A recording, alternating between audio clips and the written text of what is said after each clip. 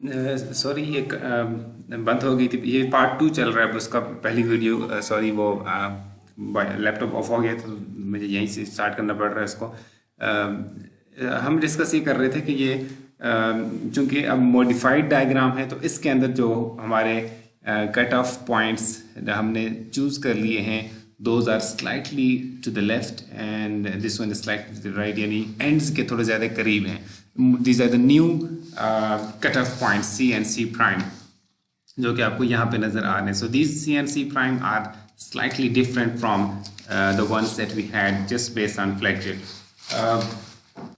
अगर ये जो 5 बारें हमने मिड स्पैन पे डाली थी, इसमें ये पांचों की पांचों हम ए और ए प्राइम तक ले जाते, यानी एंड्स तक ले जाते, कोई कट ऑफ ना करते बार, तो फिर हमारे पास जो स्टील स्ट्रेसेस बनते, if all 5 bars extended full length it would resemble the modified bending moment diagram. यानी जो क्योंकि M U over J D यानी T equal to M U over J D से हमारे पास फोर्स आती है स्टील स्ट्रेस में, और चूंकि एरिया तो हमारा थ्रू आउट हम कंटिन्यू कर रहे हैं, through out all 5 bars continue कर रहे हैं, A S is same through out the length, तो हमारे पास जो स्टील स्ट्रेस है वो सेम रह जाता, लाइक वो सेम पैटर्न उसका होता, सेम शेप उसकी होती स्टील स्ट्रेस डिस्ट्रीब्यूशन की डायग्राम की जो ऊपर एम यू प्राइम की शेप है। अगर पांचों की पांचों बार्स फुल लेंथ एक्सटेंड की जाती, कोई बार कट ऑफ ना की जाती। लेकिन अब हम चूंकि हमने पांचों की पांचों बार्स कंटिन्यू नहीं की, इसलिए ये वाली स्ट्रेस डायग्राम नहीं रहेगी, बल्कि स्ट्रेस डायग्राम ये वाली पिक्चर और ये वाली पिक्चर एक ही है, सी और सी आपको नजर आ रहा है। ये मैंने डबल इसलिए कर लिया ताकि आप ऊपर के साथ मैच कर सके जब मैं स्क्रॉल डाउन करूं। ये देखिएगा, अब मैंने जो सी यहाँ पे बना हुआ था उसी को यहाँ पे आपको सामने शो कर दिया ताकि आप साइमल्टेनियसली तीनों को देख सकें, कि आपको सी का पता चल सके और सी प्राइम का कि ये पॉइंट्स कहाँ पर हैं बीम के अंदर। सो अगर आप कट ऑफ करेंगे सी और सी प्राइम के ऊपर 2 बारों को, यानी 2 को आप सी और सी प्राइम पे काट देंगे और बाकी जो बार्स हैं उनको ए और ए प्राइम तक एक्सटेंड कर दें फुल लेंथ, तो उसके बाद उस केस में जो स्टील स्ट्रेसेस होगी वो दोनों बार्स जिनको आप कट ऑफ कर रहे हैं उनमें, उस सेट ऑफ बार्स में, और जिस सेट ऑफ बार्स को आप through out full length extend कर रहे हैं उनमें स्टील स्ट्रेसेस डिफरेंट होंगी। यानी जो जिनको आप कट ऑफ कर रहे हैं steel stresses in the 2 bars cut off at C and C prime, उनमें ये वाली डिस्ट्रीब्यूशन होगी स्टील की, मैं इस पे भी कमेंट करने जा रहा हूँ, और जिनको आप फुल लेंथ एक्सटेंड कर रहे हैं उनमें ये वाली डिस्ट्रीब्यूशन जो आपको नजर आ रही है ये डिस्ट्रीब्यूशन होगी। Let me now explain these figures के ये क्यों इस तरह की शेप बन गई, why do we have some jumps like this one and similarly this jump. Let me explain this jumps.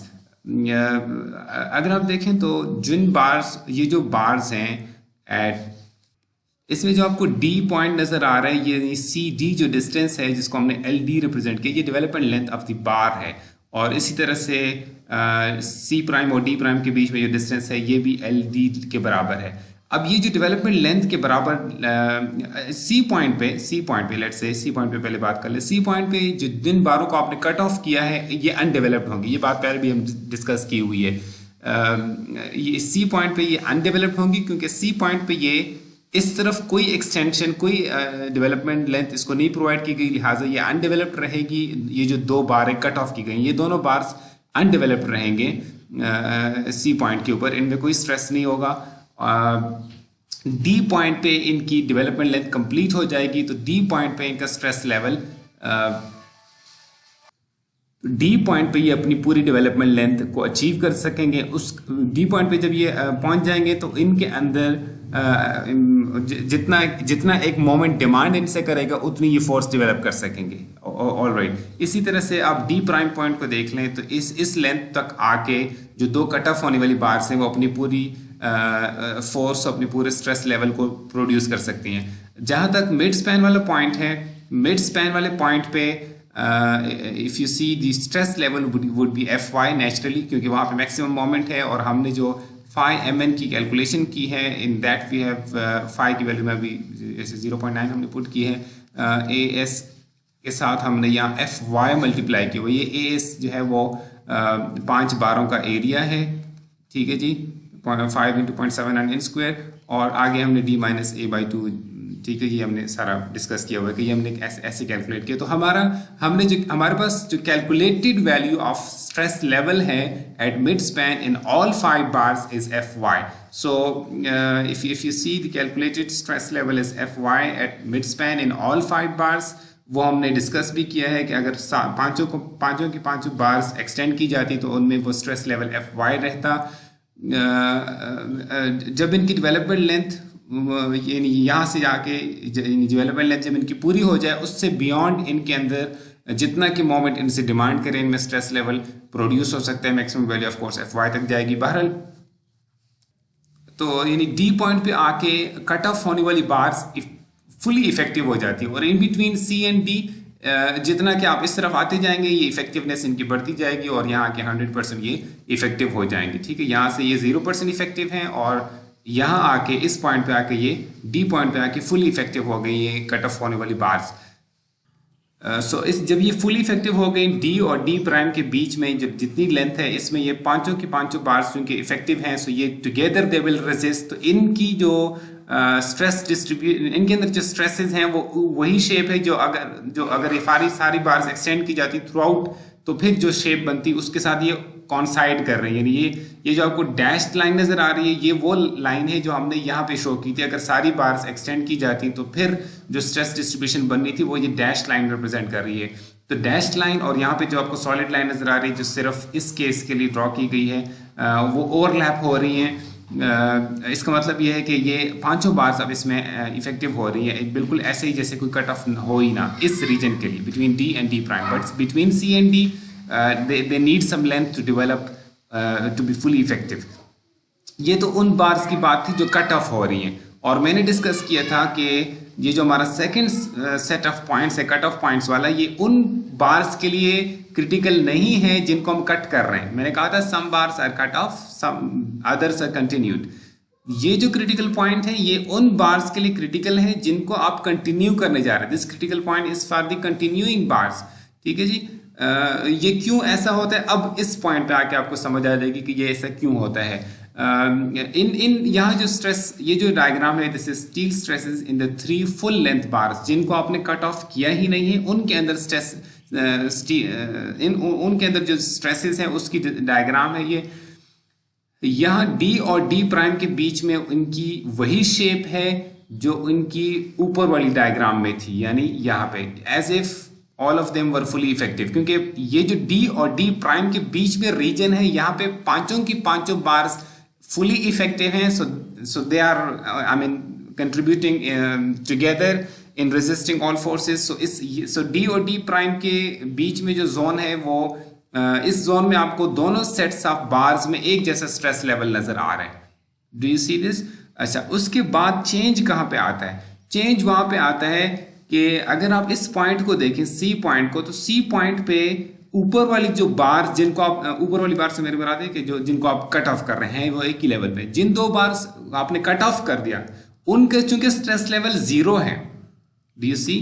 ये जो 2 बार, ये जो ऊपर वाली लेयर नहीं है, ये एक ही लेयर में है, ये नहीं, सिर्फ समझाने के लिए जिन 2 बार्स को आपने कट ऑफ कर दिया है सी के ऊपर, तो सी से तो चूंकि मैंने पहले डिस्कस कर लिया कि लेफ्ट साइड पे कोई आपके पास एक्सटेंशन अवेलेबल नहीं है, तो कट ऑफ होने वाली बार्स के लिए तो ये अनडेवलप्ड रहेंगी, इनका स्ट्रेस लेवल 0 होगा। इसका मतलब क्या है? सी पॉइंट पे 2 बारें जो आपकी हैं जिनको आपने कट ऑफ किया है, दे आर कंप्लीटली इनइफेक्टिव, और इसका मतलब ये है कि आपके पास जो स्ट्रेस जो आपको कंट्रीब्यूशन मिलेगी that will come only from 3 number 8 bars, 3 जिनको आपने कंटिन्यू किया हुआ है। ये जो नीचे वाली बार है शो की गई है जिन बारों को, इन 3 नंबर 8 से आपको पूरी की पूरी कंट्रीब्यूशन मिलनी है।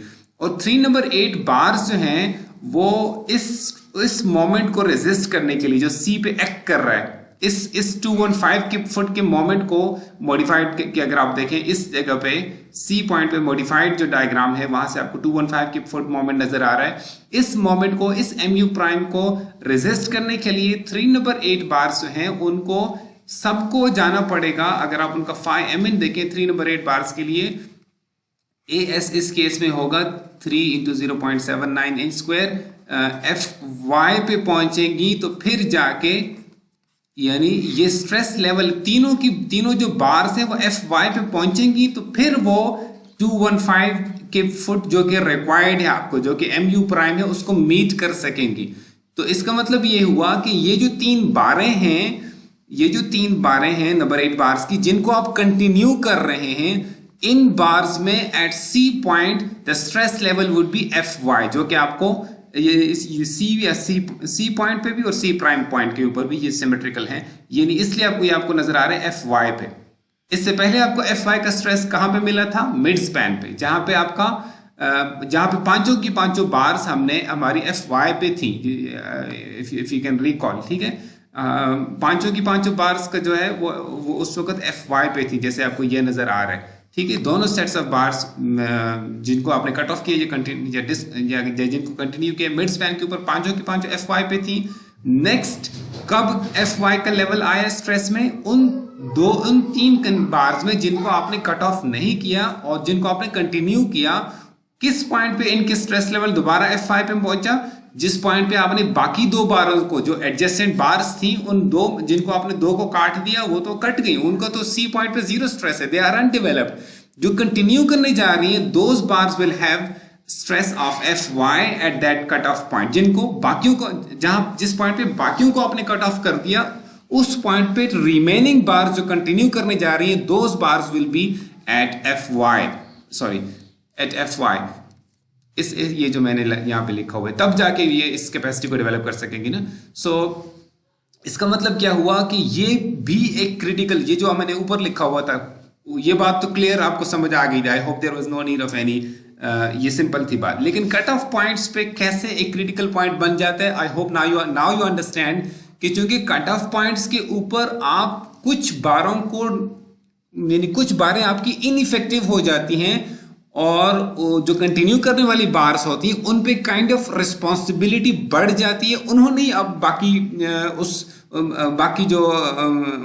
उन्होंने ही मिलके उस मोमेंट को रेजिस्ट करना होता है। तो again there stress level goes up to FY, यानी ये जो C पॉइंट है, दे आर एट FY। अच्छा, C पॉइंट पे ये FY पे है, और D पॉइंट पे ये थोड़ा कम स्ट्रेस लेवल पे होंगे, क्योंकि आपने देखा कि आप पांचों की पांचों बार्स अगर इफेक्टिव होना, तो दरअसल यहाँ पे तो ये FY पे होंगी पांचों की पांचों बार्स, लेकिन आगे जाके चूंकि आपका मोमेंट रिड्यूस हो रहा है, M प्राइम को देखें, MU प्राइम को देखें, तो मोमेंट चूंकि रिड्यूस हो रहा है, तो हमने चूंकि अब इस MU प्राइम बारें तो आपके पास वही पांच ही कंटिन्यू कर रही हैं, ठीक है।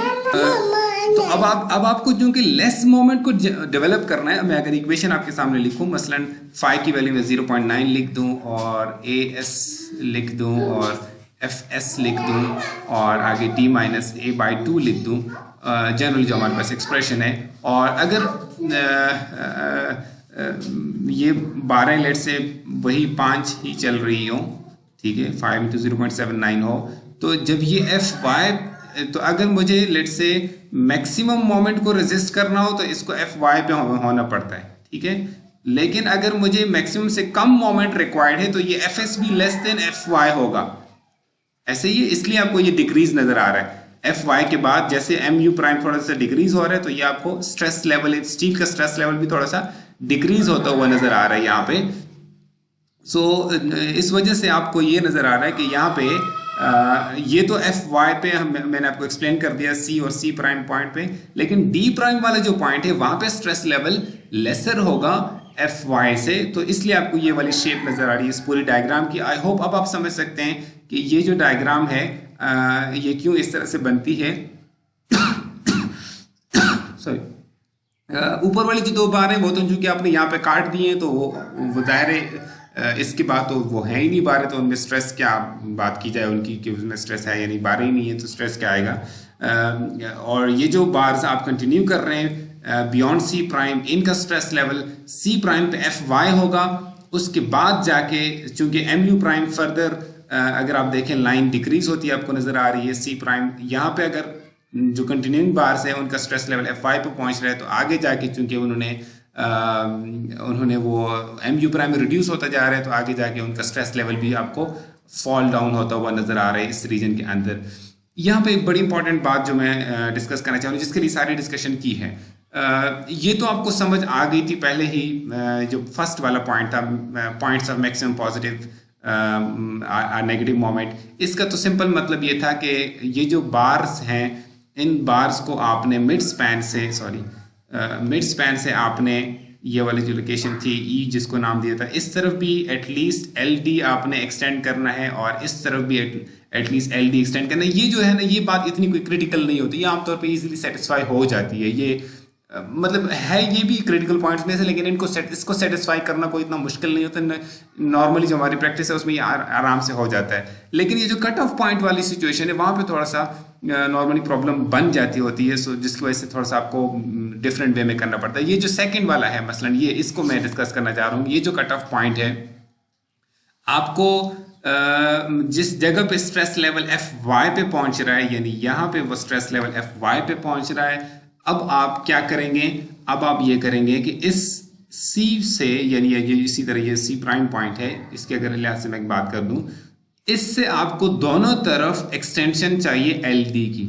जिन बार्स को आप कंटिन्यू कर रहे हैं ना, उन इस तरफ का तो मसला नहीं होगा, this is going to be okay, क्योंकि ये बार वो काफ़ी जगह आगे दूसरी, यानी यहाँ से शुरू हो रही है, मतलब सी पॉइंट से देखें तो इस तरफ तो ये कोई मसला ही नहीं है, ये तो लंबी होगी।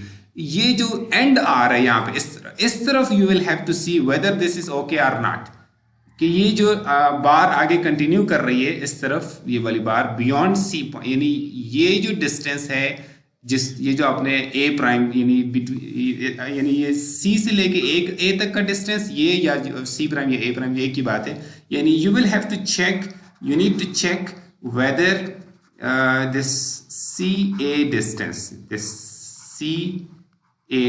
यानी सी ए डिस्टेंस, अभी आप इस बात को समझ सकते हैं कि जो बार सी पॉइंट पे रिमेनिंग बार्स कट ऑफ किया गया था, तो जो कंटिन्यू होने वाली बार हैं उनकी available length beyond that cut off point that needs to be greater than, equal to or greater than LD. This must be okay. Check. You have. अगर ये ओके ना हो रहा हो, then what would you do? What would be the solution? अब इसका मतलब क्या होगा कि आप कि ये वाली जो बार्स हैं जिनको आप कंटिन्यू कर रहे हैं, they won't be able to develop this FY, और ये जो 215 के फुट का MU प्राइम का डिमांड है, वो इस डिमांड को मीट नहीं कर सकेंगे ये बारें। अगर आपके पास जो अवेलेबल लेंथ है इस साइड पे बार्स की आपने जो एक्सटेंड की हुई है, अगर वो स्ट्रेट लेंथ आपने दी हुई है और LD जो स्ट्रेट आपको रिक्वायर्ड है वो रिक्वायरमेंट ज़्यादा है और आपने जो एक्सटेंशन दी है वो कम है, फिर आप what would be this solution? If this is not okay, फिर सोल्यूशन क्या होगा? May be if not okay, what would you do then? One of the ways would be provide hook at the end. ये जो 3 बारें continue हो रही हैं, इनको आप स्ट्रेट छोड़ने के बजाय यहाँ पे एंड पे हुक दे देंगे यहाँ पे। ठीक हो गया एक सोल्यूशन। हुक देने का फायदा ये होगा कि आपको ये जो CA है, then it needs to be equal to और ग्रेटर देन LDH, यानी हुक जो बार की डेवलपमेंट लेंथ है उससे, और ये ज़ाहिर है कम हो गया, आप पढ़ चुके हैं इसके बारे में। जब आप हुक देते हैं तो फिर आपको जो LDH है वो वैल्यू रिड्यूस हो जाती है। तो एक तरीका तो ये कि आप हुक दे दें। दूसरा तरीका ये, अगर आप लेट से हुक नहीं देते या what ever you like, what ever reason आप, सो नंबर 1 चले मैं लिख लेता हूँ, हुक कर दें, हुक दी कंटिन्यूइंग बार्स। सेकेंड सोल्यूशन ये हो सकता है कि रिव्यू में भी ट्राई स्मॉलर साइज बार। स्मॉलर साइज बार का क्या फ़ायदा हो जाएगा? आप यानी हुक नहीं देना चाहते, स्ट्रेट ही रखना चाहते हैं लेंथ को। इसका मतलब ये है कि स्मॉलर